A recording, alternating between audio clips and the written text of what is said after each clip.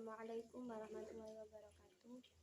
Yang saya hormati Profesor Dr. Hari Supratman selaku Rektor Universitas Hasyim Asy'ari. Yang saya hormati Dr. Jasmifa MPDI MAG selaku Dekan Fakultas Agama Islam. Dan yang saya hormati Dr. Khairul Umam MPDI selaku Kaprodi PAI. Dan yang saya hormati Bapak Muhammad Nur Salim MAG selaku DPA PAIC. Dan yang saya hormati Bapak Dr. Haji Hanifuddin MAG selaku dosen pengampu mata kuliah Filsafat Pendidikan. Di sini saya akan mempresentasikan alam semesta. Alam semesta adalah segala sesuatu yang ada mencakup ruang, waktu, materi, dan energi, dan terus mengembang. Tujuannya dibentuk alam semesta yang pertama ada agama, untuk memuliakan Tuhan, memberikan tempat bagi manusia dan sebagai wahana ujian moral dan spiritual. Yang kedua ada filsafat, yaitu tujuan alam semesta bergantung pada interpretasi manusia. Dengan beberapa filsafat menekankan tujuan inheren sementara yang lain menolaknya. Nah, yang ketiga ada sains, yaitu alam semesta dipahami sebagai hasil dari proses alamiah tanpa tujuan akhir yang deteksi lebih kepada pemahaman hukum-hukum fisika. Dan yang kedua ada fungsi alam semesta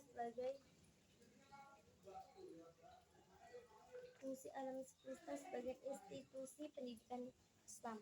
Yang pertama ada sarana mengenal Allah, yaitu alam semesta adalah salah satu cara Allah menunjukkan kebesarannya kepada manusia. Semua yang ada di alam ini adalah ayat-ayat Allah yang bisa direnungkan dan dipelajari untuk memahami siapa pencipta. Dalam Islam, mengamati dan merenungkan ciptaan Allah adalah cara yang efektif untuk mendekatkan diri kepadanya dan mengembangkan keimanan. Yang kedua ada menjadi tempat ujian, yaitu alam semesta juga berfungsi sebagai tempat ujian bagi manusia. Selanjutnya ada institusi pendidikan Islam. Yang pertama adalah sarana mengenal Allah, yaitu untuk mengenal Allah atau makrifatullah. Alam semesta adalah salah satu cara Allah menunjukkan kebesarannya kepada manusia. Semua yang ada di alam ini adalah ayat-ayat Allah yang bisa direnungkan dan dipelajari untuk memahami siapa sang pencipta. Dalam Islam, mengamati dan merenungkan ciptaan Allah adalah cara yang efektif untuk mendekatkan diri kepadanya dan mengembangkan keimanan. Yang kedua ada menjadi tempat ujian, yaitu alam semesta juga berfungsi sebagai tempat ujian bagi manusia. Dalam kehidupan di dunia yang dikelilingi oleh alam semesta, manusia diuji untuk melihat bagaimana mereka berinteraksi dengan lingkungan, menggunakan sumber daya alam, dan menjaga keseimbangan. Ujian ini menjadi bagian dari pendidikan dan keimanan yang mengarahkan manusia untuk bersikap adil, bertanggung jawab, dan bijaksana. Dan yang ketiga ada sarana pembelajaran akhlak, yaitu melalui pengamatan terhadap alam semesta, manusia belajar tentang etika dan akhlak dalam hubungannya dengan alam. Islam mengajarkan bahwa alam ini diciptakan bukan hanya untuk dimanfaatkan, tetapi juga untuk dijaga. Pelajaran ini menanamkan nilai-nilai moral seperti tanggung jawab, amanah, dan keadilan dalam kehidupan sehari-hari. Dan yang keempat ada mengajarkan keteraturan, yaitu alam semesta memperlihatkan keteraturan yang sangat sempurna. Gerakan planet, pergantian siang dan malam, dan siklus kehidupan di alam menunjukkan bahwa segala sesuatu dalam ciptaan Allah berlangsung dalam keseimbangan dan keteraturan yang luar biasa. Ini mengajarkan kepada manusia pentingnya disiplin, keteraturan, dan keseimbangan dalam hidup.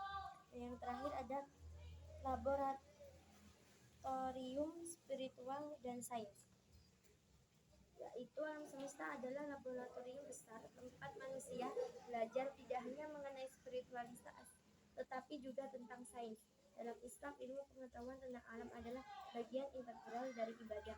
Mengamati, meneliti, dan memahami alam di dianggap sebagai salah satu bentuk ibadah yang mengarahkan manusia pada pengenalan yang lebih mendalam terhadap Allah. Dan yang kedua ada fungsi sumber pendidikan Islam. Yang pertama ada sumber ilmu pengetahuan, yaitu alam adalah sumber pengetahuan yang tidak terbatas. Dalam pendidikan Islam, alam semesta dipelajari untuk memperoleh hikmah dan ilmu pengetahuan yang bermanfaat bagi manusia. Setiap fenomena alam dari yang terkecil hingga yang terbesar mengandung pelajaran penting yang bisa diambil oleh manusia. Dan yang kedua ada keteraturan hukum alam, yaitu atau yang disebut juga sunatullah. Alam semesta menunjukkan kepada manusia hukum-hukum Allah yang mengatur segala sesuatu. Manusia bisa belajar dari alam bahwa segala sesuatu berjalan menurut ketetapan dan hukum yang Allah tetapkan. Mengamati dan memahami hukum alam membantu manusia untuk memahami prinsip-prinsip dasar yang mengatur kehidupan seperti sebab akibat, keteraturan, dan keseimbangan. Dan yang ketiga ada sumber etika dan moral dalam pendidikan Islam. Etika dan moral tidak hanya diajarkan melalui kitab-kitab suci, tapi juga melalui pengamatan terhadap alam. Alam mengajarkan manusia tentang kesederhanaan, ketaatan, dan keseimbangan. Sebagai contoh, siklus alam seperti pergantian musim mengajarkan manusia untuk bersikap sabar dan menerima perubahan sebagai bagian dari takdir. Yang keempat, ada inspirasi spiritual, yaitu alam juga berfungsi sebagai sumber inspirasi spiritualitas. Ketika manusia merenungkan ciptaan Allah di alam semesta, ia akan menyadari betapa kecilnya dirinya dibandingkan dengan kebesaran Allah. Ini